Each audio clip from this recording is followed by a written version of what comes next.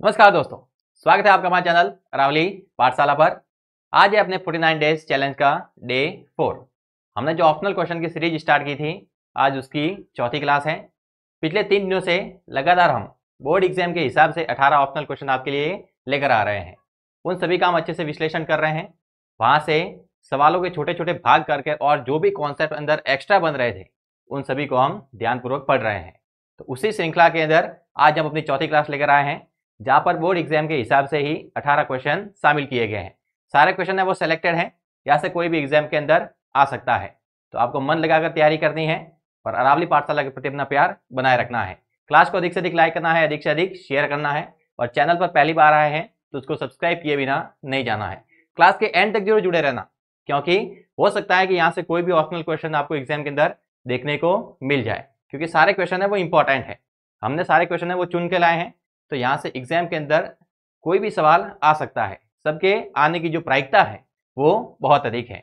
Start करेंगे अपने question number first के साथ। अपना जो पहला क्वेश्चन है वो रियल नंबर से है। जैसा कि आप जानते हैं कि रियल नंबर से 2 ऑप्शनल क्वेश्चन आने वाले हैं, तो वो दोनों ऑप्शनल क्वेश्चन हमने अपनी हर ऑप्शनल क्वेश्चन की सीरीज के अंदर भी शामिल किए हैं। दूसरे चैप्टर, तीसरे चैप्टर, वहां से भी 2 ऑप्शनल क्वेश्चन आ रहे हैं, तो उनको भी हमने सीरीज में शामिल किया हुआ है। सारे जो क्वेश्चन यहाँ पर सीरीज के अंदर है वो सारे बोर्ड एग्जाम के अनुरूप हैं। उसका जो लेवल है वो भी बोर्ड एग्जाम के हिसाब से है।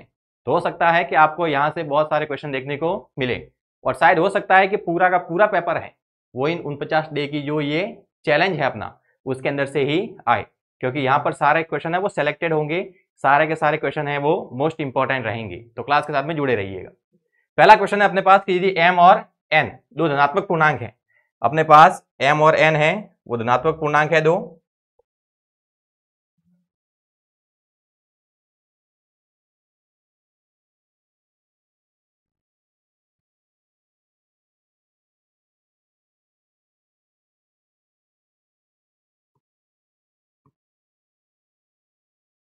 m और n अपने पास क्या है? 2 धनात्मक पूर्णांक, जिन्हें m बराबर लिखा हुआ है x स्क्वायर वाई क्यूब तथा n बराबर लिखा हुआ है x क्यूब गुणा वाई स्क्वायर।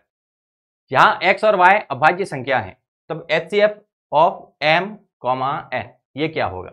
नॉर्मली हम जो सवाल करते हैं वहां पर अपने पास क्या होता है कि संख्या लिखी होती है, उसका LCM HCF निकालने को पूछा जाता है। लेकिन कभी कभार अगर क्वेश्चन को अच्छे तरीके से पूछा जाए, अगर एग्जाम के अंदर उस क्वेश्चन को सेट करने का तरीका है वो थोड़ा सा डिफिकल्टी लेवल को बढ़ाकर पूछे, तो वहां पर हो सकता है इस प्रकार के क्वेश्चन भी आपको देखने को मिले। तो वहां पर आपको चरों के रूप में दिया जाएगा।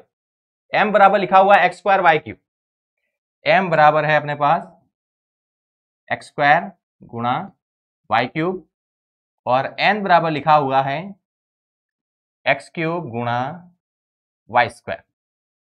यहां पर इसका HCF पूछा है। क्या पूछा है? HCF। अब संख्या होती तो अभाज्य गुणनखंड करते, लेकिन यहाँ पर संख्या नहीं है, अभाज्य गुणनखंड पहले से ही किए हुए हैं, उनका घातांक रूप लिखा हुआ है। जब भी हम HCF ज्ञात करते हैं तो वहां पर हम कहते हैं कि जो भी अभाज्य संख्या कॉमन आ रही है पहले तो उसको लिख देना है। तो यहां पर देखते हैं तो x और y अभाज्य संख्या है, x दोनों के अंदर है, y भी दोनों के अंदर है, तो पहले तो x और y को लिख देना है। हमने लिखा x गुणा y, और उसका अगर हम HCF लिख रहे हैं तो जो अपने पास निम्नतम घात होगी वो लगानी है उनके ऊपर। तो x की घात 2 इधर है, 3 इधर है, दोनों के अंदर निम्नतम कितना है? 2 है, तो आ जाएगा x की पावर 2। फिर y की बारी, y के अंदर भी 3 घात है, 2 घात है, दोनों के अंदर निम्नतम गिनी जाए तो कौन सी होगी? 2 घात, तो ये हो जाएगा एक्स स्क्वायर गुणा वाई स्क्वायर, यानी एक्स स्क्वायर गुणा वाई स्क्वायर ये अपने आ गया इन दोनों संख्याओं m और n का HCF, यानी ऑप्शन नंबर बी है वो यहां से क्या हो जाएगा? करेक्ट। अब हो सकता है यहां से LCM भी पूछे आपको,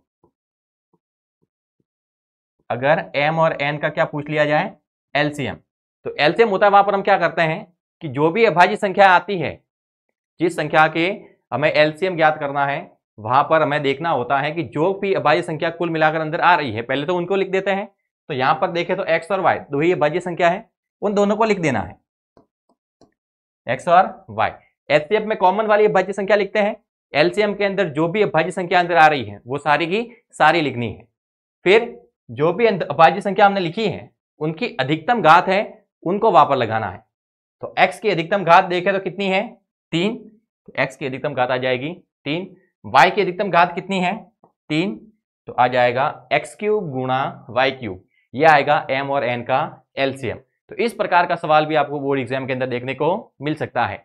अगर पेपर का डिफिकल्टी लेवल अगर अच्छा रखेंगे, हो सकता है कि डिफिकल्टी लेवल को थोड़ा सा बढ़ाकर पूछें, तो वहां पर इस प्रकार के सवाल बन सकते हैं। तो आपको इनकी भी तैयारी करनी है। और अगर आप अरावली पाठशाला के साथ में जुड़े रहेंगे तो अरावली पाठशाला उस तैयारी के अंदर आपका पूरा साथ देने के लिए तैयार है। दूसरा सवाल, पूर्णांक संख्या 96,404 का एचसीएफ कितना होगा? दो संख्या है, एक 96 है, एक है 404। उसका हमें क्या ज्ञात करना है? एचसीएफ ज्ञात करना है। एचसीएफ ज्ञात करना है तो पहले तो इन दोनों संख्याओं के हमें क्या करने पड़ेंगे? अभाज्य गुणनखंड लिखने पड़ेंगे। एक तो है 96 और एक है 404।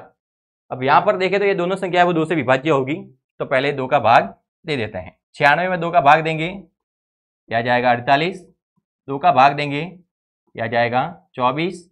2 का भाग देंगे, यह जाएगा 12। 2 का भाग देंगे, यह जाएगा 6। 2 का भाग देंगे, यह जाएगा 3। 3 का भाग देंगे, यह जाएगा 1। वैसे अगर 404 के अभाज्य गुणनखंड करें तो 2 का अगर भाग देंगे यहाँ पर तो ये आ जाएगा 202। फिर अगर 2 का भाग देंगे, यह आ जाएगा 101। अब ये जो 101 है ये अपने पास अभाज्य संख्या है। आप किसी भी संख्या का भाग दें 101 के अंदर उसका भाग नहीं जाएगा। लास्ट में जाकर खुद 101 है उसी का भाग उसके अंदर देंगे, तब जाके अपने पास शेषफल कितना आएगा? 1 आएगा। यानी यहाँ पर हम किसका भाग दें? 101 का, तब जाके अपने पास कितना आएगा? 1। क्योंकि 101 है वो अभाज्य संख्या है। इसके अंदर 3, 5, 7, 11, 13, 17, 19, 23 ऐसी संख्याओं का भाग नहीं जाने वाला। अब देखते हैं तो इनके हमने अभाज्य गुणनखंड लिखे हैं। 96 को अगर हम घातांक रूप में लिखें तो अभाज्य संख्या 2 और 3 आ रही है। 2 कितनी बार है? 1, 2, 3, 4, 5। यानी लिख सकते हैं 2 की घात 5 और गुणा में क्या आ जाएगा? 3। गुणा में कितना लिख देंगे? 3। फिर 404, इसको भी लिख सकते हैं 2 का स्क्वायर गुणा में 101। अगर हमें एचसीएफ ज्ञात करना है 96 और 404 का, तो देखना है कौन सी अभाज्य संख्या दोनों के अंदर कॉमन आ रही है। देखते हैं तो दोनों के अंदर जो कॉमन संख्या है वो है 2, तो वो कॉमन संख्या हम यहां पर लिख देंगे। फिर देखना है कि जो कॉमन संख्या हमने लिखी उसकी न्यूनतम घात कितनी है। तो एक घात तो है 5, एक है 2, दोनों के अंदर न्यूनतम कौन सी है? 2, तो वो घात इसके ऊपर लगा देंगे। 2 का स्क्वायर आ जाएगा 4, यानी ऑप्शन नंबर सी है वो यहां से हो जाएगा अपने करेक्ट। नेक्स्ट क्वेश्चन पर जाते हैं। यहां पर हो सकता है इसका एलसीएम भी पूछ लिया जाए, तो आपको वो भी तैयार रखना है। अगर एलसीएम, एचसीएफ और ये दोनों संख्या है, इन चारों में से अगर किसी एक का मान दिया हुआ नहीं है तो आप एलसीएम और एचसीएफ के जो संबंध होता है, जो रिलेशन होता है, उसकी सहायता से उसकी वैल्यू कैलकुलेट कर सकते हैं। रिलेशन होता है अपने पास पहली संख्या गुणा दूसरी संख्या बराबर एलसीएम इंटू एचसीएफ। उस संबंध के द्वारा 4 एलिमेंट में से अगर 3 एलिमेंट दे रखे हैं तो चौथे एलिमेंट को हम कैलकुलेट कर सकते हैं। अगला आपने चैप्टर नंबर 2 पॉलिनोमियल से सवाल पूछा है, कहा है y बराबर px। ये क्या बता रहा है कि जो भी पॉलिनोमियल लिखा हुआ है, जो भी बहुपद है, उसके अंदर जो चर है वो चर किसके अंदर है? x के अंदर है। यानी अगर यहां पर हम शून्यक निकालेंगे तो किसका मान आएगा? x का मान आएगा, और x का मान हमें x अक्ष पर ही मिलेगा। तो कहा गया बहुपद के शून्यकों की संख्या कितनी होगी। ग्राफ दिया गया, उसके अंदर पूछा है कि इसके बहुपद के शून्यकों की संख्या कितनी होगी, और जो बहुपद है उसके अंदर चर राशि x है। तो देखना है कि जो भी अंदर ग्राफ बना है वो x अक्ष को कितने जगह पर विभाजित कर रहा है। ये y अक्ष है, ये x अक्ष है, और ये ग्राफ की लाइन है। ये वाली लाइन x अक्ष को कहीं पर भी प्रतिच्छेद नहीं कर रही है। अगर कहीं पर भी प्रतिच्छेद या स्पर्श नहीं कर रही है तो शून्य कितने हो जाएंगे? 0 हो जाएंगे। तो यहां से ऑप्शन नंबर डी है वो हो जाएगा करेक्ट। अगर यहां पर बहुपद को लिखने का तरीका थोड़ा अलग होता, अगर लिखा होता x बराबर पॉलिनोमियल गिवन इन y, यानी जब ऐसा लिखा है तो यहां पर इसका मतलब हुआ कि जो भी बहुपद है उसके अंदर चर राशि y है, और वहां पर शून्यकों की संख्या पूछी होती तो हम देखते हैं कि जो ग्राफ है उसके अंदर वाई एक्स कितनी जगह पर विभाजित हो रहा है। तब हम देखते हैं कि वाई एक्स का विभाजन यहाँ पर हो रहा है, तो यहाँ पर इसके शून्य कितने कहलाते, तब इसका शून्य कहलाता 1। लेकिन फिलहाल हमें दे रखा है y बराबर पी एक्स, यानी हमें केवल x अक्ष को देखना है, x अक्ष का कहीं पर भी विभाजन नहीं हो रहा, यानी शून्यकों की संख्या कितनी आ जाएगी 0। अगला सवाल, का यदि द्विघात बहुपद 2x² plus x plus k का एक शून्यक 3 हो तो k का मान ज्ञात कीजिए। द्विघात बहुपद है तो इसके शून्य कितने होंगे 2, जितनी चर की अधिकतम घात उतने ही उसके शून्य क्या मूल होंगे। तो यहां पर शून्य कितने निकलेंगे 2, एक शून्यक दे रखा है, एक शून्यक है वो दे रखा है, तो यहां से हमें पूछा है कि k का मान बताना है। अब ये शून्य क्या है, जब भी हम द्विघात बहुपद के अंदर वो मान रखें जिससे पूरा बहुपद क्या हो जाए शून्य, तो वो उसका शून्य कहलाता है, यानी उस पूरे द्विघात बहुपद को शून्य करने वाला मान वो उसका शून्यक होता है। नाम से ही पता चल रहा है शून्यक, यानी शून्य करने वाला, यानी जो मान उस पूरे बहुपद की वैल्यू को 0 बना देगा वो उसका शून्यक होगा। तो यहाँ पर जैसे ही हम कहें कि शून्यक 3 है, यानी ये वैल्यू इसके अंदर पुट करेंगे तो ये पूरा का पूरा जो बहुपद है वो किस में कन्वर्ट हो जाएगा 0 में, यानी अगर हम इसके अंदर x की जगह 3 रखेंगे तो ये पूरा बहुपद 0 बन जाएगा, यानी 2x² plus x plus k, ये अपने पास क्या है बहुपद। x बराबर 3 क्या है इसका शून्यक है, x बराबर 3 क्या है शून्यक। तो जैसे ही x की जगह हम 3 रखेंगे ये पूरा बहुपद क्या बनना चाहिए 0 बनना चाहिए। पुट करते हैं 2 इंटू x का स्क्वायर है यानी 3 का स्क्वायर प्लस x की जगह कितना आ जाएगा 3 प्लस k बराबर आ जाएगा 0। ये हो गया अपने पास 3 का स्क्वायर 9, तो ये हो जाएगा 2 इंटू 9 प्लस 3 प्लस k बराबर 0। 9 इंटू 2 हो जाएगा 18, 18 प्लस 3 प्लस k बराबर 0। 18 प्लस 3 की बात करें तो 18 प्लस 3 हो जाएगा 21, तो 21 प्लस k बराबर 0, k की वैल्यू आ जाएगी -21। ऑप्शन देखते हैं, ऑप्शन नंबर डी है वो हो जाएगा यहाँ से करेक्ट। तो यहाँ से हो सकता है कि दो शून्यकों में से एक शून्य का आपको दे रखा हो और वहां पर जो अचर है उसका मान पूछा जाए, तो इस प्रकार के सवाल भी आ सकते हैं। नेक्स्ट क्वेश्चन, रेखिक समीकरण युग्म 3x प्लस 2y बराबर 5 तथा 2x प्लस 3y बराबर 5 की रेखाओं की प्रकृति क्या होगी, यानी रेखाओं की प्रकृति पूछी है। जब भी अपने पास रेखिक समीकरण युग्म होता है तो वहां पर हम उस रेखिक समीकरण युग्म से x और y के गुणांक निकाल सकते हैं और उन गुणांकों के सहायता से वहां पर जो ग्राफ बनेंगे उस ग्राफ में जो रेखाएं बनेगी उन रेखिक समीकरण युग्म की, उन रेखाओं की प्रकृति बता सकते हैं। बिना ग्राफ बनाए ही उसकी प्रकृति बता सकते हैं कि वो रेखाएं हैं वो कैसी होगी, समांतर होगी, प्रतिच्छेदी होगी या फिर संपाती होगी। इस प्रकार की प्रकृति हम बिना ग्राफ बनाए केवल उसके गुणांकों की सहायता से ही बता सकते हैं।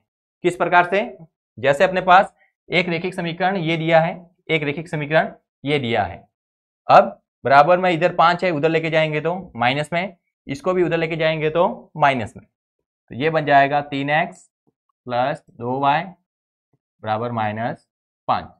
अब ये अपने पास एक रेखिक समीकरण है, ये अपने पास क्या है रेखिक समीकरण, और इस रेखिक समीकरण के अंदर अपने पास चर कितने हैं, चर कितने हैं 2, यानी ये दो चरों वाला रेखिक समीकरण है। इसके अंदर x की वैल्यू भी होगी y की वैल्यू भी होगी। अगर हम इन दोनों समीकरणों को हल कर दें तो अपने पास x और y की हो सकता है वैल्यू आ जाए।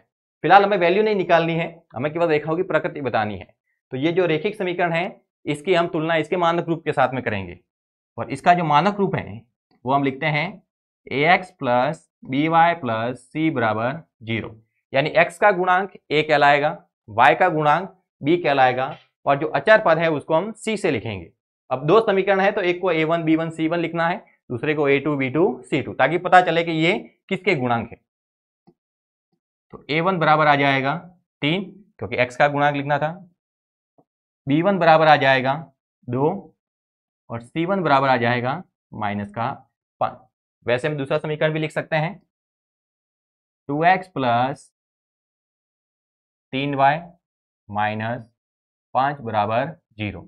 इसकी भी तुलना करते हैं तो A2 बराबर आ जाएगा 2, B2 बराबर आ जाएगा 3 और C2 बराबर आ जाएगा -5। यहां पर ये जो गुणांक है उनका हम अनुपात ज्ञात करते हैं कि A1 बटे A2 ये कितना आएगा। तो A1 का मान है अपने पास 3 बटे में A2 का मान है 2। फिर B1 बटे B2, B1 का मान कितना है, B1 का मान 2, B2 का मान 3। फिर C1 बटे C2, C1 का मान कितना है, C1 का मान है -5, C2 का मान है -5।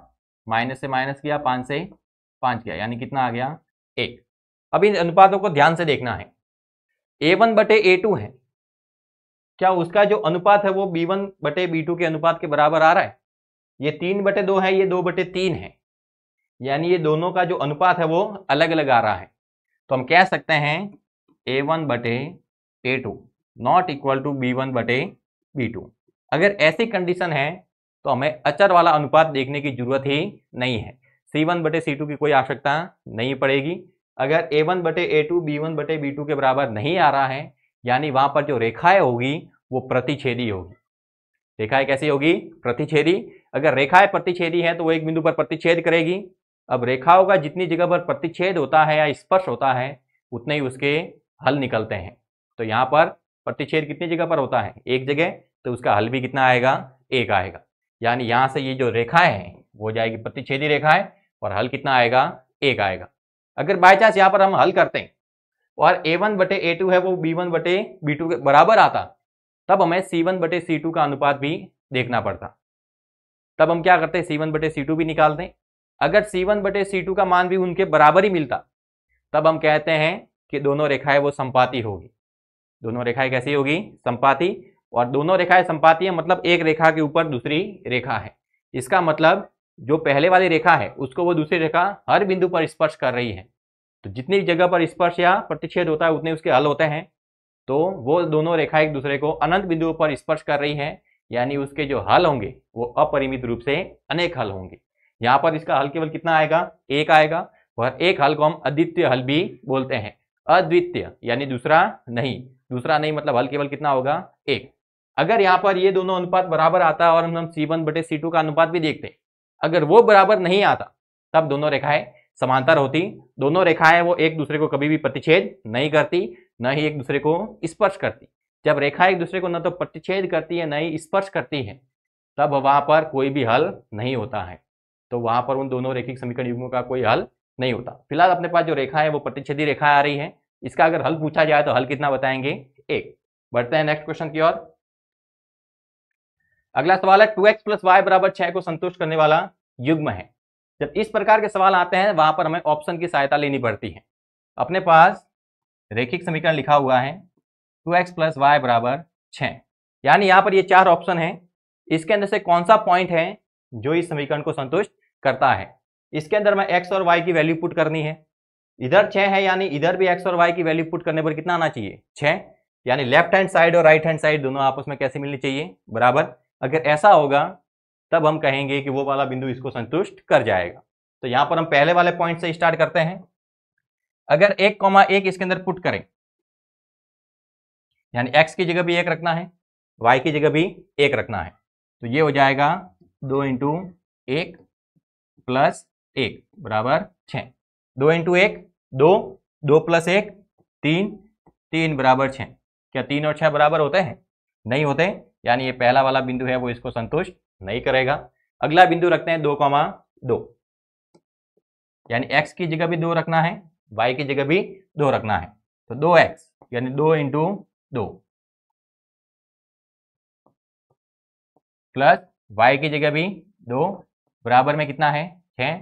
2 इंटू 2 4 प्लस 2 बराबर 6, तो इधर भी 6 आएगा, इधर भी 6 है, यानी 2,2 है वो इस रेखिक समीकरण को संतुष्ट कर रहा है। यानी ऑप्शन नंबर बी है वो क्या हो जाएगा? करेक्ट हो जाएगा। अगला सवाल, यहां पर अपने पास सवाल पूछा है संलग्न आकृति में। शायद यहां पर आकृति जोड़ना भूल गए हैं तो आकृति हम बना देते हैं।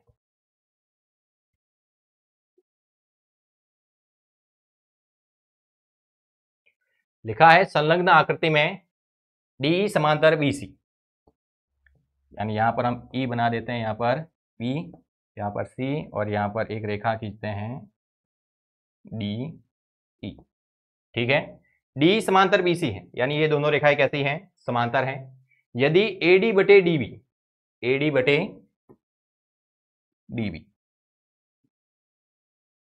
कितना है? 3/2, यानी इसको हम 3 लिखें तो ये अपने पास कितना हो जाएगा? 2। AE बराबर 2.7 सेंटीमीटर, ये कितना है? 2.7 सेंटीमीटर। अगर ये माप सेंटीमीटर में है तो इस अनुपात के अंदर ये जो दोनों मान लिखे थे उसको भी हम सेंटीमीटर में लिख सकते हैं। तो इसी ज्ञात करना है, यानी इसका मान क्या होगा? इसको हम x माने, x हमें ज्ञात करना है। हम जानते हैं कि इस प्रकार का जो सवाल है वो अपने बीपीटी थ्योरम से संबंधित है, जिसके अंदर हम कहते हैं कि किसी त्रिभुज की एक भुजा के समांतर अगर कोई रेखा खींचे तो वो रेखा शेष दो भुजाओं को एक ही अनुपात में विभाजित करती है। तो हमने इस भुजा के समांतर ये रेखा खींची है, ये वाली रेखा इन दोनों भुजाओं को एक ही अनुपात में विभाजित करेगी, यानी यहां पर जो अनुपात मिलेगा वो अनुपात और यहां वाला अनुपात आपस में कैसा रहेगा? बराबर। तो यहां पर हम लिख सकते हैं AD बटे में DB बराबर AE बटे में EC।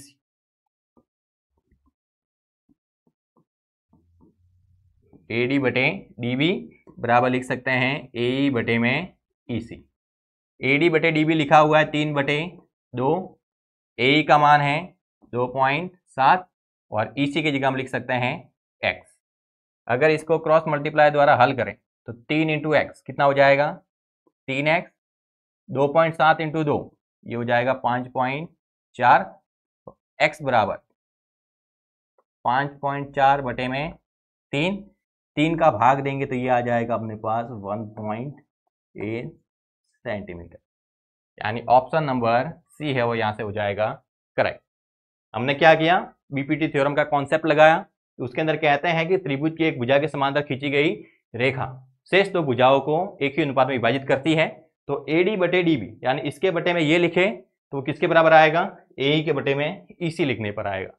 यहाँ पर एक तरीका और है इसको हल करने के लिए। यहाँ पर कहा जाता है कि बीपीटी थ्योरम को हम 3 प्रकार से बता सकते हैं कि इसके बटे में ये लिखे तो वो इसके बटे में ये लिखने पर जो मान आएगा उसके बराबर मिलेगा।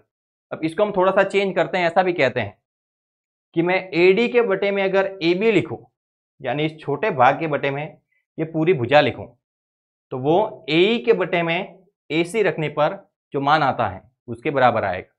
यानी इस छोटे टुकड़े के बटे में ये छोटा टुकड़ा रखें तो इस छोटे टुकड़े के बटे में भी ये छोटा टुकड़ा रखना पड़ेगा। अगर इस छोटे टुकड़े के बटे में पूरी भुजा रख रहे हैं तो यहाँ पर भी इस छोटे टुकड़े के बटे में ये पूरी भुजा रखनी पड़ेगी। आप चाहे तो इस छोटे टुकड़े के बटे में ये भुजा रखें तो इस छोटे टुकड़े के बटे में भी ये भुजा रखनी पड़ेगी। यानी 3 तरीके से इसको हम कह सकते हैं। जो बीपीटी थ्योरम है उसको 3 तरीके से बता सकते हैं, लेकिन इसका जो मानक रूप है वो ये कहता है कि AD के बटे में DB लिखो और AE के बटे में EC लिखो। उन दोनों को क्या बताओ? बराबर, क्योंकि जो अनुपात है वो कैसा आता है? बराबर आता है। नेक्स्ट क्वेश्चन, भुजाओं की समान संख्या वाले दो बहुभुज समरूप कहलाते हैं यदि उनके संगत कोण समान हो, संगत भुजाएं समानुपाती हो, A व B दोनों, या फिर इनमें से कोई नहीं। कहते हैं कि दो अपने पास बहुभुज हैं जिनके अंदर भुजाओं की संख्या बराबर है, तो वो समरूप कब होंगे? जब उनके संगत कोण बराबर होंगे और संगत भुजाएं समानुपाती होगी। हम दूसरे बहुभुज तो नहीं पढ़ते, लेकिन हम त्रिभुज पर जो भी अपना नॉलेज है वो देख चुके हैं। हमने सारी चीजें वो केवल त्रिभुज के बारे में ही पढ़ी हैं, इसके अलावा कोई दूसरा बहुभुज नहीं देखा। त्रिभुज के अंदर हमने क्या पढ़ा है कि संगत कोण बराबर आते हैं और संगत भुजाएं समानुपाती होती है। तो वही कॉन्सेप्ट यहाँ पर भी बताना है कि समरूप कब होता है? जब संगत कोण बराबर आने चाहिए और संगत भुजाएं समानुपाती होनी चाहिए। यानी ये भी होना चाहिए, ये भी होना चाहिए, यानी ऑप्शन नंबर C है वो क्या हो जाएगा? करेक्ट।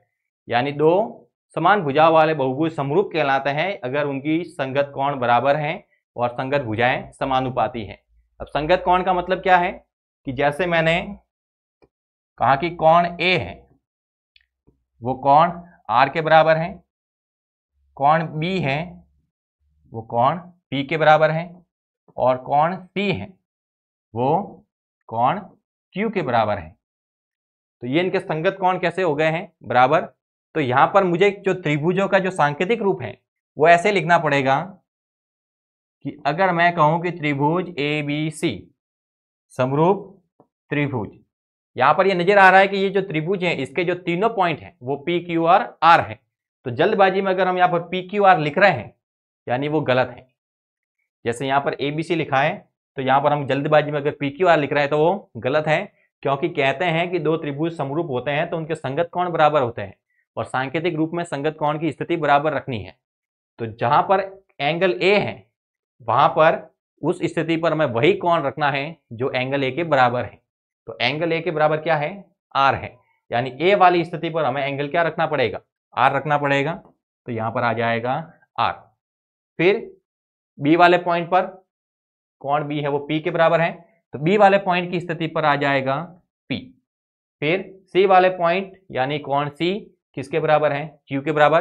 तो C पॉइंट की स्थिति पर लिखा जाएगा Q, यानी ABC है वो समरूप आएगा RPQ। गलती से भी अगर PQR लिखते हैं तो वो गलत है। PQR कब लिखा जाएगा? जब A है वो P के बराबर है, B है वो Q के बराबर है और C है वो R के बराबर है, तब हम कहेंगे कि ABC और PQR समरूप है। तो ध्यान रखना है, समान भुजाओं वाले दो बहुभुज समरूप होते हैं यदि उनके संगत कोण बराबर हैं और संगत भुजाएं समानुपाती हैं।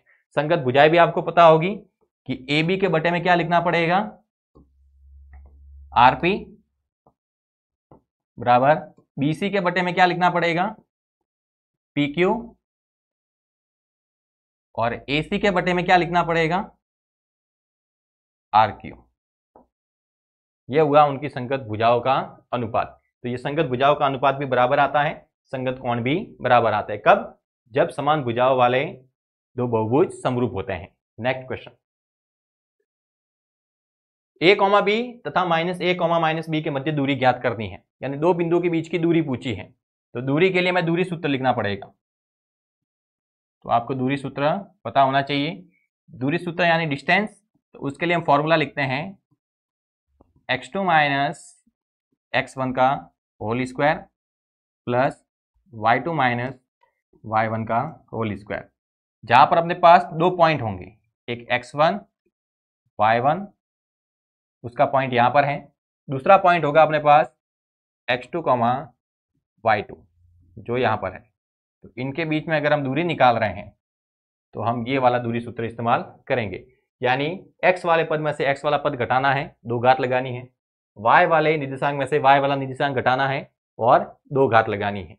यहां पर ये हो जाएगा अपने पास x1 y1, ये हो जाएगा x2 y2। आप चाहे तो इसे x2 y2 माने, इसे x1 y1 माने, उससे बिल्कुल भी फर्क नहीं पड़ेगा, केवल चिन्ह बदलेंगे और ऊपर दो घात हैं तो वो चिन्ह वापस किस में आएगा? प्लस में। और दूरी हमेशा धनात्मक रहती है, वो कभी ऋणात्मक नहीं आती। तो x2 की जगह क्या पुट करना है? आ जाएगा -a, फिर माइनस का निशान तो माइनस, x1 की जगह पुट करना है a, पावर आ जाएगी 2, फिर y2 - y1, तो y2 की जगह पुट करेंगे -b, माइनस y1 की जगह पुट करेंगे b, पावर आ जाएगी 2, -a, ये हो जाएगा माइनस का 2a, पावर आ जाएगी 2, ये हो जाएगा माइनस का 2b, घात आ जाएगी 2,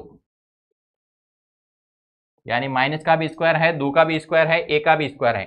तो माइनस का स्क्वायर प्लस 2 का स्क्वायर 4, a का स्क्वायर a स्क्वायर, माइनस का स्क्वायर प्लस 2 का स्क्वायर 4, b का स्क्वायर b स्क्वायर। देखें तो यहाँ पर 4 कॉमन आ रहा है, तो आप चाहे तो 4 कॉमन भी ले सकते हैं। अगर 4 कॉमन लेते हैं तो पीछे बचेगा a square plus b square, यानी अंडरूट के अंदर 4 भी लिखा हुआ है और a square plus b square भी लिखा हुआ है। तो a square plus b square ये तो जुड़ा हुआ है, अगर बीच में यहाँ पर गुणा का निशान होता तो यहाँ से a बार आता, यहाँ से b बार आता, लेकिन प्लस द्वारा ये जुड़े हुए हैं तो a square plus b square under root के बाहर नहीं आएगा, लेकिन अंडरूट 4 को अंडरूट के बाहर ला सकते हैं। अंडरूट 4 बाहर आएगा तो बन जाएगा 2 और अंडरूट के अंदर बचेगा a square plus b square. Option देख सकते हैं, ऑप्शन नंबर डी है वो क्या हो जाएगा? करेक्ट हो जाएगा। अगला सवाल, साइन 45 डिग्री बटे कॉस 45 डिग्री का मान क्या होगा? साइन 45 डिग्री बटे में कॉस 45 डिग्री। इसकी वैल्यू पूछी है। अब चाहे तो वैल्यू रखकर हल कर सकते हैं और चाहे तो आप फॉर्मूले का इस्तेमाल कर सकते हैं। अगर वैल्यू की बात करें तो साइन 45 होता है 1/√2, कॉस 45 होता है 1/√2। यहाँ से ये पूरी वैल्यू क्या हो जाएगी, कट जाएगी, एक समान मान है, कितना आ जाएगा, 1 आ जाएगा। आप चाहे तो साइन 45 बटे कॉस 45, दोनों जगह थीटा की वैल्यू बराबर है, यानी साइन थीटा बटे कॉस थीटा लिखा है, तो इसको हम लिख सकते हैं tan 45, और tan 45 कितना होता है, 1 होता है, यानी ऑप्शन नंबर बी है वो यहाँ से हो जाएगा करेक्ट। तो यहाँ से हमें जो भी त्रिकोणमिति सारणी के अंदर मान होते हैं वो सारे मान पता होने चाहिए। नॉर्मली कहते हैं कि जब आप एग्जाम देने जाए तो एग्जाम के अंदर जब आपके पास कॉपी आ जाए और पेपर अभी हाथ में ना आए, उससे पहले रफली आपको क्या करना है, टाइम बचाने के लिए जो आपके रफ कार्य वाला पेज है वहाँ पर जल्दी से आपको त्रिकोणमिति की सारणी बना देनी है। ज़्यादातर टीचर है वो ऐसे ही एडवाइस देते हैं, लेकिन आप चाहे तो वो बाद में बनाएंगे तो भी ज़्यादा टाइम नहीं खाएगा, आप आराम से वहाँ पर वैल्यू निकाल सकते हैं। और अगर दिमाग के अंदर वैल्यू अगर पता है तो ज़्यादा कोई चिंता की बात नहीं है। वैसे सारणी के अंदर मान सारे याद रखने की जरूरत नहीं पड़ती है, हम बनाते हैं तो आराम से सारणी बन जाती है। हमें केवल साइन के मान पता होना चाहिए। और हम ये जो मान लिखते हैं क्लास 10 तक वो पहले चतुर्थांश तक ही होते हैं, उससे ज़्यादा हमें मान नहीं लिखने हैं। पहला चतुर्थांश यानी केवल 90 डिग्री, 90 डिग्री से ज़्यादा वैल्यू लिखने की जरूरत नहीं है। अपने पास जो वैल्यू है वो केवल लिखनी है 0 डिग्री की, 30 डिग्री की, 45 की, 60 की और 90 की, केवल यही वाली वैल्यू है जो हमें पुट करनी होगी, इसके अलावा कोई नहीं। साइन की केवल वैल्यू याद रखनी होती है। किसकी वैल्यू, साइन की। साइन 0 अपने पास 0 होता है, 30 है वो होता है 1/2, 45 होता है 1/√2, 60 होता है √3/2 और 90 होता है 1। अब जहां से साइन की वैल्यू खत्म हुई है, कॉस की वैल्यू हमें वहीं से स्टार्ट करनी होती है, यानी कॉस की वैल्यू बन जाएगी 1, √3/2, 1/√2, 1/2 और 0। फिर अगर tan के मान लिखने हैं तो साइन और कॉस को बटे में लिख देना है, तो tan 0 आ जाएगा अपने पास 0, tan 30 आएगा 1/√3, tan 45 आएगा 1, उसके बाद में tan 60 आएगा √3 और tan 90 आएगा अपने पास नॉट डिफाइंड, यानी अनंत आएगा, 1/0 आएगा, 1 के बटे में 0 लिखेंगे कितना आ जाएगा, अनंत, उसको हम परिभाषित नहीं कर सकते। अब जहां पर tan के मान खत्म होते हैं हमें cot के मान वहीं से स्टार्ट कर देने हैं, तो cot के मान हो जाएंगे।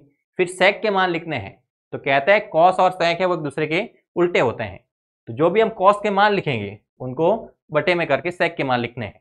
और sin के मान लिखने हैं तो साइन का उल्टा करेंगे तो cosec आ जाएगा, और आप चाहे तो sec के मान जहां पर खत्म हुए हैं cosec के मान वहीं से स्टार्ट कर सकते हैं। तो ये त्रिकोणमिति सारणी आपको अच्छे से आनी चाहिए, वहां से आपके हो सकता है कि एग्जाम के अंदर 2 नंबर क्लियर हो जाए। जो त्रिकोणमिति सारणी है वहां से आपके 2 नंबर के प्रश्न आने की प्रबल संभावना रहती है। तो आपको त्रिकोणमिति सारणी को अच्छे से बनाना है, उसको अच्छे से तैयार करना है। कोई भी वैल्यू डायरेक्ट याद रखने की जरूरत नहीं है, केवल साइन की वैल्यू याद रखिए, पूरी त्रिकोणमिति सारणी आप आसान से तैयार कर सकते हैं। आप चाहे तो हमारी जो त्रिकोणमिति का परिचय वाला चैप्टर है वहां पर जो भी चैनल पर क्लास अपलोड हो रखी है उनको देख सकते हैं। वहां पर हमने सारणी किस प्रकार से बनानी है उस सभी की विस्तार से चर्चा की है। डिस्क्रिप्शन में आपको प्लेलिस्ट की लिंक मिल जाएगी, वहां पर आप जा सकते हैं और सभी वीडियो को अच्छे से देख सकते हैं। वहां पर आपका त्रिकोणमिति से संबंधित सारा कॉन्सेप्ट है वो अच्छे से क्लियर हो जाएगा। अगला सवाल, पृथ्वी पर स्थित किसी बिंदु से कुछ दूरी पर खड़ी मीनार की ओर जाने पर उन्नयन कोण का मान, यानी हम पृथ्वी पर किसी जगह पर खड़े हैं, हमारे कुछ दूरी पर एक मीनार है, माना कि हमसे 10 मीटर की दूरी पर एक मीनार है, हम क्या कर रहे हैं कि मीनार की ओर जा रहे हैं, बोला है मीनार की ओर जाने पर, मीनार की ओर जाएंगे तो उसके जो शिखर का उन्नयन कोण है, आप चाहे तो यहां पर लिख सकते हैं मीनार की ओर जाने पर शिखर का उन्नयन कोण, शिखर का जो उन्नयन कोण है, यानी मीनार के शिखर को देखने पर जो अपनी आंखों से उन्नयन कोण बन रहा है, तो एक तो आंखों से सीधी रेखा जाएगी और एक उस मीनार के शिखर को देखने के लिए एक दृष्टि रेखा जाएगी, उसके बीच में जो कोण बनेगा वो उन्नयन कोण होगा। तो अगर हम मीनार की ओर जा रहे हैं तो उस उन्नयन कोण के मान में क्या होगा, हम डायरेक्ट बताते हैं कि जैसे हम किसी वस्तु को देखते हैं, अगर वो वस्तु कुछ ऊंचाई पर स्थित है तो उन्नयन कोण बनेगा, अगर वो नीचे स्थित है तो अवनमन कोण बनेगा। सीधी बात है कि किसी वस्तु को देखने के लिए ऊपर देख रहे हैं मतलब उन्नयन कोण है, नीचे देख रहे हैं मतलब अवनमन कोण है। अब गर्दन को कितना झुकाना है, अगर हम चलते चलते गर्दन को ज्यादा ऊपर कर रहे हैं, चलते चलते गर्दन को क्या कर रहे हैं, ऊपर की ओर करते जा रहे हैं, यानी जो कोण है वो क्या हो रहा है, बढ़ रहा है। और अगर हम इस प्रकार से चल रहे हैं कि जो गर्दन है वो पहले ज्यादा ऊपर थी फिर कम ऊपर हो रही है, मतलब जो कोण है वो क्या हो गया है, छोटा हो गया है। तो उस हिसाब से हम बता सकते हैं कि उन्नयन कोण बढ़ रहा है कि घट रहा है। जैसे हम किसी मीनार के पास में जा रहे हैं तो दूर होंगे तो उसके शिखर को हम आराम से देख सकते हैं, लेकिन जैसे ही पास में जाएंगे उसके शिखर को देखने के लिए गर्दन को ज्यादा ऊपर करना पड़ेगा। अब गर्दन को ज्यादा ऊपर कर रहे हैं मतलब जो एंगल यहां से स्टार्ट किया था वो यहां से लेकर यहां तक हो गया है, यानी कोण का मान है वो बढ़ गया है। यानी जब भी हम किसी वस्तु के पास में जाते हैं तो उस वस्तु के शिखर का जो उन्नयन कोण है वो बढ़ जाता है, ये ध्यान रखना है। अगर हम किसी वस्तु से दूर जा रहे हैं, किसी वस्तु से दूर जा रहे हैं तो जब पास में होंगे तो ज्यादा ऊपर देखेंगे, दूर जाएंगे तो उसके शिखर को देखने के लिए ज्यादा गर्दन को ऊपर नहीं करना पड़ेगा। तो पहले गर्दन ज्यादा ऊपर कर रहे थे, दूर गए तो गर्दन को कम ऊपर कर रहे हैं, यानी जो उन्नयन कोण है वो घट गया है। तो ध्यान रखना है जब भी हम किसी वस्तु के पास में जाते हैं तो उन्नयन कोण बढ़ता है, दूर जाते हैं तो उन्नयन कोण घटता है। तो यहां पर पूछा है कि हम मीनार की ओर जा रहे हैं तो जो उन्नयन कोण है वो क्या हो जाएगा, बढ़ जाएगा। उन्नयन कोण क्या हो जाएगा, बढ़ जाएगा। सेम ये का ये कॉन्सेप्ट है वो अवनमन कोण में भी लगता है। जैसे हम किसी टावर पे खड़े हैं, वहां से किसी गाड़ी को आते हुए देख रहे हैं, किसी गाड़ी को आते हुए देख रहे हैं, अगर गाड़ी दूर है तो उसको देखने के लिए मैं गर्दन को कम नीचे की ओर झुकाना पड़ेगा, लेकिन जैसे ही गाड़ी टावर के पास में आएगी तो उसको देखने के लिए गर्दन को ज्यादा झुकाना पड़ेगा, यानी अवनमन कोण है वो बढ़ गया है। यानी जब भी किसी वस्तु के पास में कुछ आता है तब वहां पर उन्नयन और अवनमन कोण है वो बढ़ जाता है, दूर जाते हैं तो उन्नयन और अवनमन कोण है वो घट जाता है, ये ध्यान रखेंगे। और अगर ऐसी दूरी है जहां पर उस वस्तु की हाइट और उसकी छाया दोनों आपस में बराबर हो रही है तब वहां पर कहेंगे थीटा बराबर कितना है, 45 डिग्री। ये तीन कंडीशन है कि अगर हम ऐसी दूरी पर हैं जहां पर ऊंचाई और छाया बराबर है तो 45, अगर पास में जा रहे हैं तो कोण बढ़ जाएगा, दूर जा रहे हैं तो कोण है वो घट जाएगा। अगला सवाल, 15 मीटर लंबी एक सीढ़ी को एक ऊर्ध्वाधर दीवार के शिखर तक पहुंचती है, यदि यह सीढ़ी दीवार के साथ 60 का कोण बनाती है तो दीवार की ऊंचाई क्या है। यानी एक सीढ़ी है जिसकी लंबाई दे रखी है, सीढ़ी की लंबाई कितनी है, 15 मीटर, का यह दीवार के शिखर तक पहुंचती है। यानी दीवार कैसी होती है, 90 के एंगल पर होती है। हम दीवार को सीधा नहीं रखते हैं, दीवार के सहारे अगर सीढ़ी रखनी है उसको सीधा नहीं रखेंगे, उसको क्या करेंगे, झुका कर रखेंगे। यानी जो सीढ़ी की लंबाई है वो झुकी हुई है, सीढ़ी की लंबाई को सीधा नहीं गिनना है, वो सीधी क्या है, दीवार की ऊंचाई है। हमने जो सीढ़ी रखी है वो झुका कर रखी है, और सीढ़ी के सामने वाला जो कोण है वो कितने डिग्री का बनेगा, 90 का, क्योंकि वो वाला कोण है वो दीवार के बिल्कुल जड़ में है और दीवार है वो 90 के कोण पर खड़ी है। यानी दीवार के जो जड़ वाला भाग है वहां से सामने वाली भुजा है वो क्या है, सीढ़ी की लंबाई। यानी ये सीढ़ी की लंबाई जो यहाँ पर लिखी हुई है 15 मीटर, ये अपने पास कर्ण है, ये अपने पास क्या है, कर्ण। और काय की जो सीढ़ी है वो दीवार के साथ 60 का कोण बना रही है, कितने डिग्री पर झुकी हुई है, वो झुकी हुई है 60 डिग्री के एंगल पर। तो हमें दीवार की ऊंचाई बतानी है। जब भी ये त्रिकोणमिति से संबंधित सवाल आते हैं तो वहां पर जो त्रिभुज बनता है वो समकोण त्रिभुज ही होता है। पूरी त्रिकोणमिति और त्रिकोणमिति के अनुप्रयोग समकोण त्रिभुज पर ही आधारित है। तो ये अपने पास एक दीवार है, दीवार है वो 90 के कोण पर खड़ी है, एंगल कितना बनेगा यहाँ पर, 90 का। और यहां से कुछ दूरी पर, यहां से दीवार से कुछ दूरी पर हमने यहाँ पर एक सीढ़ी रखी और सीढ़ी को क्या कर दिया, दीवार के सहारे यहाँ पर झुका दिया। तो यहां से यहां तक ये क्या लगी हुई है, सीढ़ी। सीढ़ी की लंबाई कितनी है, 15 मीटर है।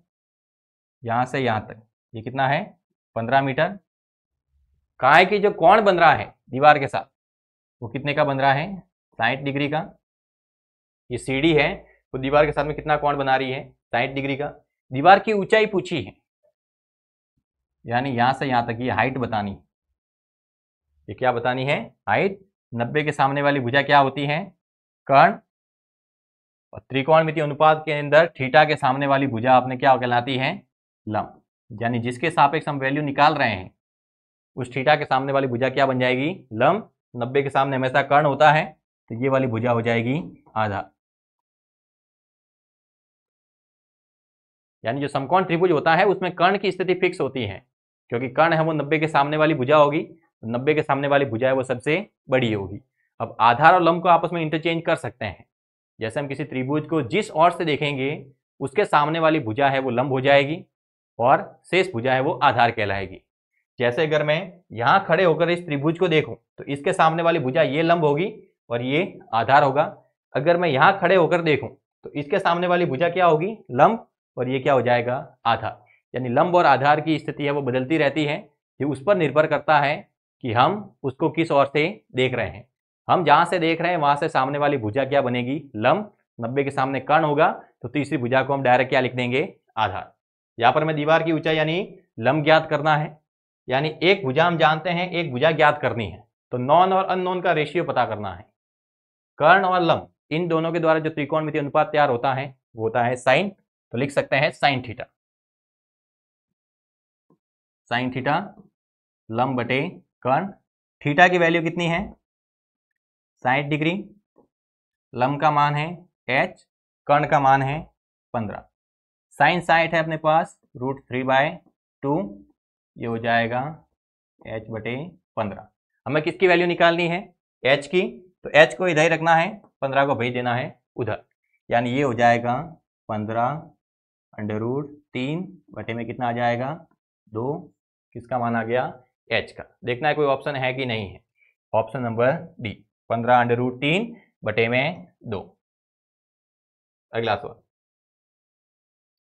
एक समतल भूमि पर 7 मीटर व 12 मीटर लंबाई के दो खंभे लगे हैं।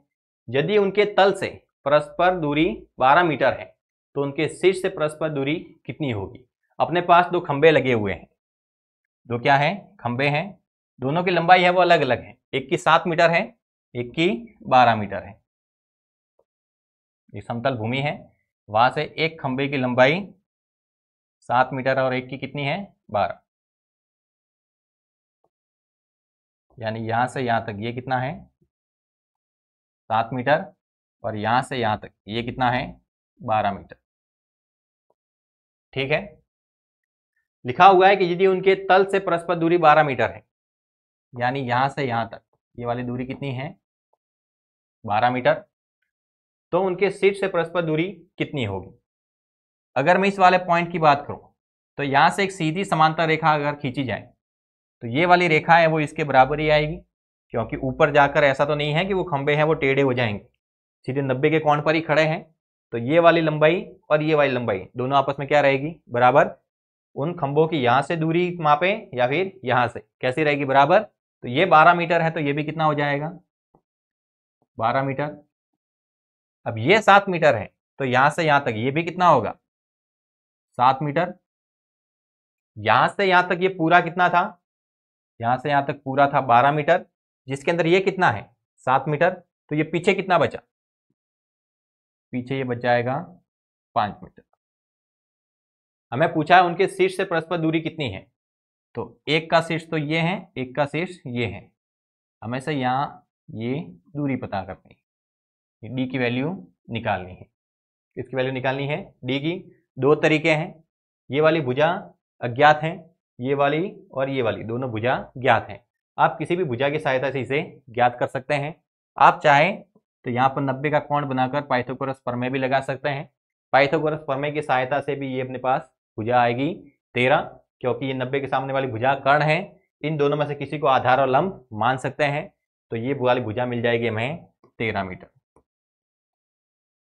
ये वाली भुजा कितनी आ जाएगी, 13 मीटर। यहाँ पर अपने पास कोई भी कोण वगैरह दिया हुआ नहीं है, तो हमें कोई कोण वगैरह बनाने की जरूरत भी नहीं पड़ेगी। ये 12 मीटर है, ये 5 मीटर है, पाइथागोरस प्रमेय लगाएंगे, ये सीधा क्या आ जाएगा, 13 मीटर। आधार स्क्वायर प्लस लंब स्क्वायर बराबर कर्ण स्क्वायर, तो 12 स्क्वायर प्लस 5 स्क्वायर 169, अंडूड लगाएंगे तो आ जाएगा 13। यानी ऑप्शन नंबर डी है वो यहाँ से हो जाएगा करेक्ट। अगर आपने डायग्राम बना लिया तो आपके ये सवाल आराम से हल हो जाएगा। नेक्स्ट क्वेश्चन, किसी वृत्त के व्यास के सिरों पर खींची गई स्पर्शरेखाएं आपस में कैसी होती हैं। अगर अपने पास कोई वृत्त है, उस वृत्त के अंदर कोई व्यास है, व्यास आप चाहे तो कैसे भी बना सकते हैं, ऐसे बनाएं, ऐसे बनाएं, ऐसे बनाएं, ऐसे बनाएं। केवल वो केंद्र से गुजरना चाहिए, यानी वृत्त के अंदर वो जीवा जो केंद्र से गुजरे वो व्यास कहलाती है, और केंद्र से गुजरने वाली जो जीवा होती है वो सबसे बड़ी जीवा होती है और उसे ही हम व्यास कहते हैं। यानी अलग अलग सवाल आ सकते हैं। पूछा जाए कि वृत्त की सबसे बड़ी जीवा क्या कहलाती है, तो वो व्यास कहलाती है। फिर पूछे कि वृत्त के केंद्र से जाने वाली जीवा को क्या कहते हैं, वो क्या कहलाएगी, व्यास कहलाएगी। यहाँ पर सवाल पूछा गया है कि व्यास के सिरों पर खींची गई स्पर्शरेखा, यानी ये अपने पास व्यास के सिरे हैं, एक स्पर्शरेखा यहाँ पर खींच रहे हैं, एक स्पर्शरेखा यहाँ पर खींच रहे हैं। तो बोला ये स्पर्शरेखाएं कैसी होती है। अगर व्यास के सिरों पर स्पर्शरेखा खींचे, इस पॉइंट पर टच करके जा रही है, ये वाली इस पॉइंट पर टच करके जा रही है, तो ये स्पर्शरेखा आपस में कैसी होती है। अगर इन दोनों रेखाओं को हम आगे की ओर बढ़ाएंगे तो ये कहीं पर भी एक दूसरे को प्रतिच्छेद नहीं करेगी। अगर एक दूसरे को प्रतिच्छेद नहीं करेगी तो इनको हम समांतर रेखा कहेंगे। इन दोनों के बीच में जो दूरी है वो हर पॉइंट पर एक समान रहेगी, तो ये दोनों रेखाएं कैसी कहलाएगी, समांतर। ध्यान रखना है, वृत्त के अंदर अगर हम व्यास खींचे और उस व्यास के दोनों सिरों पर स्पर्श रेखाएं खींच दें तो वो स्पर्श रेखा कभी एक दूसरे को प्रतिच्छेद नहीं करेगी, वो दोनों समांतर होगी, ये पता होना चाहिए। अब एक वृत्त है, उस पर हम कितनी समांतर स्पर्श रेखाएं खींच सकते हैं। जैसे एक स्पर्श रेखा मैंने ये खींची, एक स्पर्श रेखा ये खींची, ये दो स्पर्श रेखाएं वो कैसी हो गई, समांतर। क्या इसके अलावा कोई मैं स्पर्श रेखा खींच सकता हूँ जो कि समांतर होगी इनके। इसके अलावा अगर कोई स्पर्श रेखा खींचने जाए तो या तो वो इस वृत्त के अंदर से गुजर जाएगी या इस वृत्त के बाहर से जाएगी। वृत्त के अंदर से जाएगी तो प्रतिच्छेदी या छेदक रेखा बन जाएगी, और अगर दूर से जाएगी तो फिर वो अप्रतिच्छेदी रेखा बनेगी। यानी एक वृत्त की केवल दो समांतर स्पर्श रेखाएं हो सकती हैं। ये वाला पॉइंट भी आपको पता होना चाहिए। अगला सवाल, घड़ी की मिनट की सुई द्वारा 10 मिनट में बनाया गया कोण कितना होता है। अच्छा सवाल है कि अपने पास अगर घड़ी है, उस घड़ी के अंदर जो मिनट की सुई है वो 10 मिनट के अंदर कितना कोण बनाती है। अगर किसी घड़ी की बात करें तो घड़ी है वो वृत्त के आकार की होती है। यहाँ पर उसका केंद्र होता है, यहाँ पर सेकंड, मिनट और घंटे वाली सुई होती है। यहाँ पर बात केवल मिनट वाली सुई की है। किसकी बात है, मिनट वाली सुई की। तो जो मिनट वाली सुई है, माना कि यहाँ से स्टार्ट होती है, यहाँ से चलना स्टार्ट होती है, यहाँ से ये घूमकर वापस कहाँ पर आएगी, यहाँ पर। तो यहाँ से घूमकर वापस यहाँ आने पर जो कोण बनेगा केंद्र पर वो कितने डिग्री का होगा, 360। और मिनट की सुई अगर यहाँ से स्टार्ट होती है, वापस घूमकर यहाँ पर आती है, तो कितना टाइम बीत गया, 1 घंटा। 1 घंटा यानी मिनट में बताएंगे तो कितना होगा, 60 मिनट। यानी 60 मिनट के अंदर केंद्र पर कितना कोण बनाती है, 360 डिग्री। जो मिनट की सुई है, मिनट की सुई 1 घंटे या फिर 60 मिनट में केंद्र पर कितना कोण बनाती है, 360 डिग्री। क्योंकि 1 घंटे या 60 मिनट के अंदर एक चक्कर पूरा हो जाता है और पूरा जो राउंड होता है वो 360 डिग्री का होता है। हमें केवल 10 मिनट के अंदर बनाया गया कोण पता करना है। तो 60 मिनट के अंदर 360 का कोण बना तो एकक नियम लगा सकते हैं और 1 मिनट के अंदर बना कोण निकाला जा सकता है कि 60 मिनट के अंदर कोण बनता है 360। तो 1 मिनट के अंदर अगर कोण निकालना है तो 60 का क्या आ जाएगा, भाग देंगे तो ये आ जाएगा अपने पास 6 डिग्री। यानी 1 मिनट के अंदर कोण कितना बना, 6 डिग्री। हमें 10 मिनट के अंदर कोण बताना है तो 1 मिनट में 6 डिग्री है, 10 मिनट के अंदर ज्ञात करना है, 10 के साथ गुणा कर देंगे तो 6 इंटू 10 कितना आ जाएगा, 60 डिग्री। ऑप्शन नंबर सी है वो हो जाएगा करेक्ट। यहाँ पर मिनट की सुई का पूछा है, हो सकता है घंटे की सुई के बारे में भी पूछे। तो ध्यान रखना है, घंटे की जो सुई है वो एक चक्कर के अंदर कोण तो 360 का बनाती है, लेकिन 1 घंटे के अंदर कितना कोण बनेगा, तो वहां पर 12 का भाग देना पड़ेगा। क्योंकि घंटे की सुई के लिए अंदर घंटे कितने हैं, 12 है। मिनट की सुई के लिए मिनट 60 थे, मिनट की सुई के लिए मिनट कितने थे, 60। लेकिन घंटे की सुई के लिए घंटे कितने हैं, 12। तो वहां पर हम कह सकते हैं कि घंटे की सुई है वो 1 घंटे में कितना कोण बनाती है, तो 360 में 12 का भाग देंगे। 360 में किसका भाग देंगे, 12 का, और वहां से 1 घंटे में बना कोण निकालेंगे। अगला सवाल, एक वृत्त के चतुर्थांश का क्षेत्रफल क्या होगा जिसकी परिधि 22 सेंटीमीटर है। परिधि यानी 2 पाई r कितने दे रखी है, 22। वैल्यू निकाले, 2 से काट देंगे कितना आ जाएगा, 11। तो आर की वैल्यू निकाल दे पहले, 11/पाई।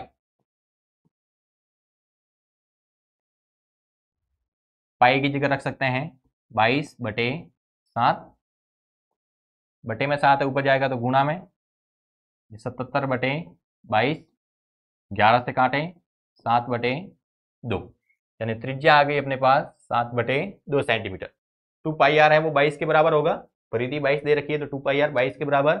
आर की वैल्यू निकाली तो 2 से काटा 11, आर बराबर आ गया 22/11/पाई। पाई की वैल्यू 22/7, ऊपर गया 77/22, 11 से काटा 7/2। चतुर्थांश का क्षेत्रफल पूछा है। अब चाहे तो यहाँ पर हम त्रिज्यखंड का क्षेत्रफल वाला फॉर्मूला यूज करें या फिर चतुर्थांश का डायरेक्ट क्षेत्रफल ज्ञात करें, कि चतुर्थांश है वो व्रत का चौथा भाग होता है। तो व्रत के क्षेत्रफल में अगर हम 4 का भाग देंगे तो अपने पास चतुर्थांश का ही क्षेत्रफल आएगा। तो हम निकाल सकते हैं कि व्रत का क्षेत्रफल होता है πr² और चतुर्थांश उसका चौथा भाग है, तो 4 का क्या देना है, भाग।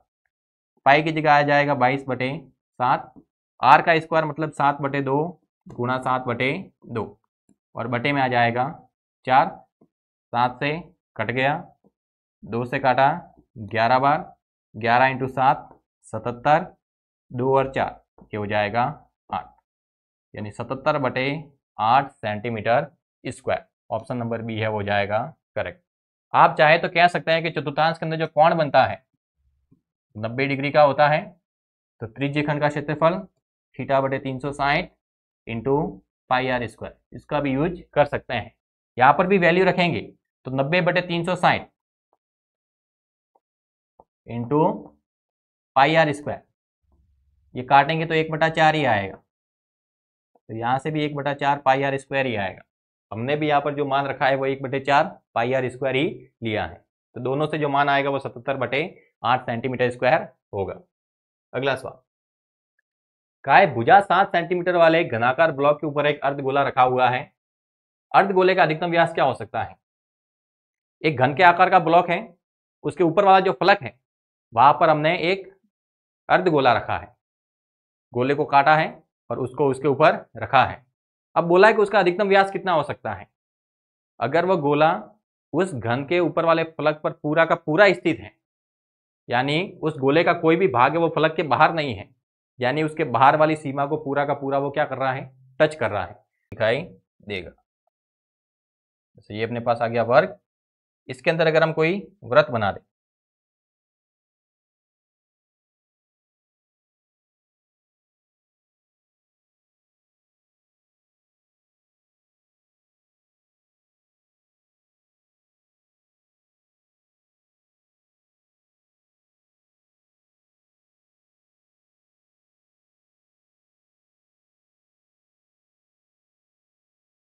तो ये अपने पास ऊपर वाला फलक कुछ ऐसा दिखाई देगा कि ऊपर वाले फलक के लिए ये वाला भाग है और यहाँ पर अर्धगोला रखा है, तो अर्धगोला है वो ये वाली जगह को घेर रहा है और ऊपर ये एक वक्रीय भाग रहेगा। अर्धगोले के ऊपर जो गोल वक्र वाला भाग है वो यहाँ पर है और नीचे वाली वो ये जगह घेर रहा है। अब देखना, बोला इसका अधिकतम व्यास कितना हो सकता है। तो एक तो परिधि का ये पॉइंट, एक परिधि का ये पॉइंट, और यहाँ पर क्या है, केंद्र, तो केंद्र से जाने वाली जीवा खींचनी है, तो ये जीवा होगी, तो ये वाली लंबाई और यहाँ से लेकर यह वाली लंबाई ये दोनों आपस में क्या है, बराबर है। तो ये वाली लंबाई कितनी दे रखी है, वो दे रखी है 7 सेंटीमीटर। घन की भुजा कितनी है, 7 सेंटीमीटर, तो अगर ये 7 है तो ये भी कितना आएगा, 7, यानी जो अर्धगोला है उसका अधिकतम व्यास कितना आ सकता है, 7 सेंटीमीटर। अब ध्यान रखना कि अगर हम अर्धगोले को इसके ऊपर रखें या अंदर गड्ढा बनाएं, दोनों स्थिति समान रहेगी। जब भी हम पृष्ठ क्षेत्रफल की बात करते हैं तो चाहे हम किसी वस्तु को ऊपर रखें या अंदर गड्ढा बनाएं, दोनों स्थिति के अंदर पृष्ठ क्षेत्रफल बढ़ता है। तो अगर हम अर्धगोले को ऊपर रख रहे हैं या फिर अंदर गड्ढा भी बना रहे हैं, दोनों स्थिति के अंदर जो अधिकतम व्यास है वो कितना आएगा, 7 सेंटीमीटर, मतलब जितनी घन की भुजा है उसी के बराबर आएगा। अगला सवाल, वर्ग अंतराल 10 और 25 का वर्ग चिन्ह क्या है। अब ये सवाल है वो अक्सर पूछ लिया जाता है, वर्ग चिन्ह। अब ये जो वर्ग चिन्ह है वो मध्यमान होता है, ये ध्यान रखना है। वर्ग चिन्ह क्या होता है, मध्यमान।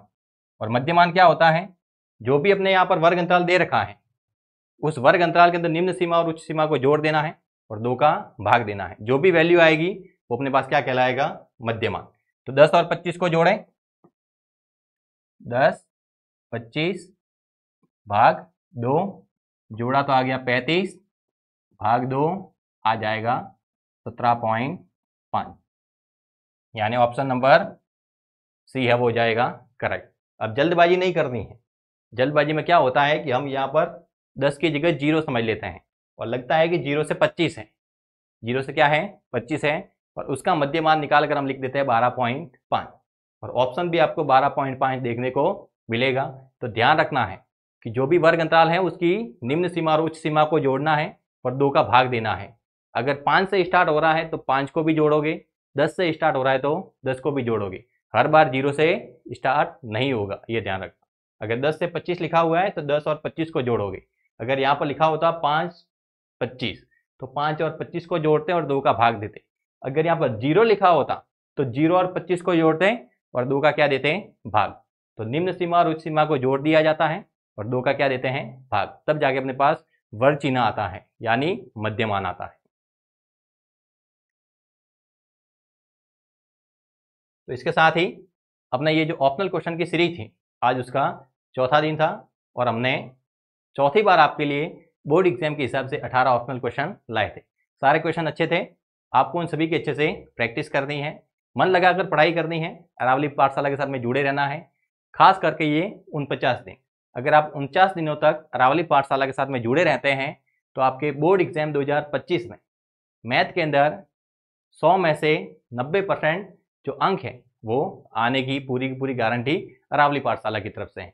तो जुड़े रहिए हमारे चैनल के साथ, क्लास को अधिक से अधिक लाइक कीजिए, अधिक से अधिक शेयर कीजिए, और चैनल पर पहली बार आए हैं तो बिना सब्सक्राइब कीजिए मत जाइए। धन्यवाद।